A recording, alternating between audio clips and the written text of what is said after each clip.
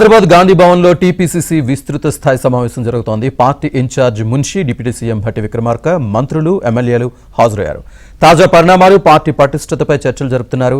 ఈ మీటింగ్ లో పలు కీలక నిర్ణయాలు తీసుకోనున్నారు. డిసెంబర్ 4 లేదా 5న బహిరంగ సభ ఏర్పాటు చేయాలని కాంగ్రెస్ భావిస్తోంది.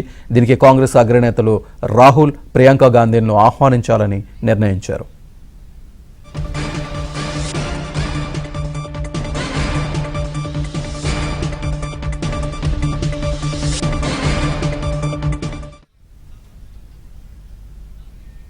గాంధీ భవన్లో టీపీసీ విస్తృత స్థాయి సమావేశానికి సంబంధించి పూర్తి సమాచారాన్ని మా కరెస్పాండెంట్ సిద్ధార్థ్ లైవ్ లో అందిస్తారు. సిద్ధార్థ్.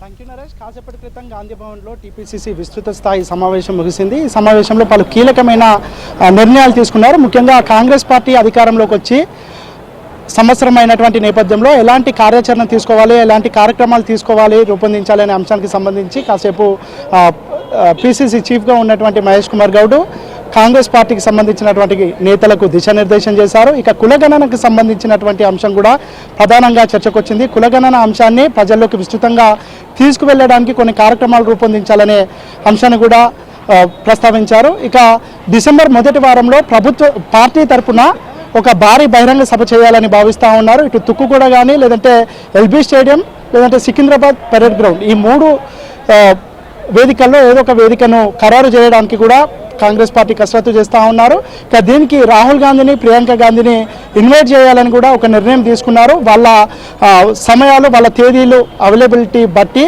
దానికి సంబంధించినటువంటి డేట్ కూడా కన్ఫర్మ్ అయ్యే అవకాశం ఉంది.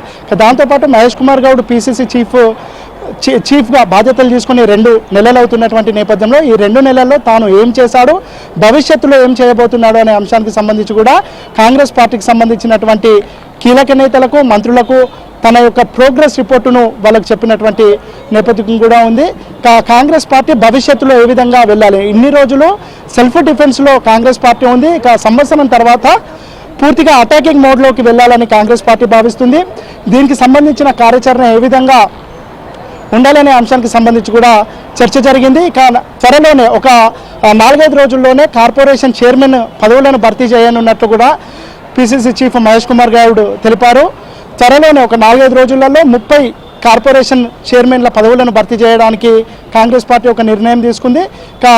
పార్టీ కోసం ఎవరైతే కష్టపడ్డారో వాళ్లకు స్థానిక సంస్థల ఎన్నికల్లో అవకాశాలు కలిగిస్తామని కూడా పీసీసీ చీఫ్ మహేష్ కుమార్ గౌడ్ చెప్పారు. ఇక ప్రతిపక్షాలు చేస్తున్నటువంటి ఆరోపణలను తిప్పికొట్టాల్సినటువంటి అవసరం ఉంది. దాన్ని ఏ విధంగా తిప్పికొట్టాలి, ముఖ్యంగా సోషల్ మీడియాలో కాంగ్రెస్ పార్టీ చాలా వీక్గా ఉంది, దీన్ని ఏ విధంగా సొంతం చేసుకోవాలనే అంశానికి సంబంధించి PCC chief Mahesh Kumar Goud Congress party నేతలకు దిశానిర్దేశం చేశారు. ఇక భట్టి విక్రమార్క కూడా పలు కీలకమైన అంశాలు, ముఖ్యంగా కులగణన కానీ, లేదంటే రైతుల కోసం తీసుకుంటున్నటువంటి నిర్ణయాలు, విద్యార్థుల కోసం తీసుకుంటున్నటువంటి నిర్ణయాలు, వీటన్నింటినీ ప్రజల్లోకి విస్తృతంగా తీసుకువెళ్ళాలి. ప్రజల్లోకి తీసుకువెళ్ళడానికి కొన్ని పార్టీకి సంబంధించి పార్టీని పటిష్టం చేయడం, కొత్త కమిటీలు వేయడం, పూర్తి బాడీని, పీసీసీ బాడీని రివ్యూ దాన్ని వేయడం, దీన్ని ప్రజల్లోకి విస్తృతంగా తీసుకువెళ్ళడం, దీనికి సంబంధించినటువంటి ఒక కార్యాచరణను రూపొందించుకొని 3 నెలలు ఫోకస్గా పెట్టి 3 నెలల పాటు ప్రభుత్వం తీసుకున్నటువంటి నిర్ణయాలు, గత ప్రభుత్వం వైఫల్యాలు, ప్రతిపక్షాలు చేస్తున్నటువంటి ఆరోపణలు, వీటిని డోర్ టు డోర్ క్యాంపెయిన్ చేయాలని కూడా పీసీసీ విస్తృత స్థాయి సమావేశంలో ఒక కీలకమైన నిర్ణయం తీసుకున్నారు. మొత్తానికైతే కొత్త సంవత్సరంలో, అంటే ప్రభుత్వం ఏర్పాటు అయి సంవత్సరం అయిన తర్వాత కొత్త కాంగ్రెస్ను చూడబోతున్నారు. ఇటు ప్రజలు కానీ, ప్రతిపక్షాలు కానీ, కాంగ్రెస్ పార్టీకి సంబంధించినటువంటి కార్యకర్తలు కానీ ఒక కొత్త కాంగ్రెస్ను చూస్తారు అనే భరోసాను కాంగ్రెస్ పార్టీకి సంబంధించినటువంటి నాయకులకు ఇటు PCC chief Mahesh Kumar Goud, deputy CM Bhatti Vikramarka ఒక భరోసా ఇచ్చారు. Right, thank you Siddharth.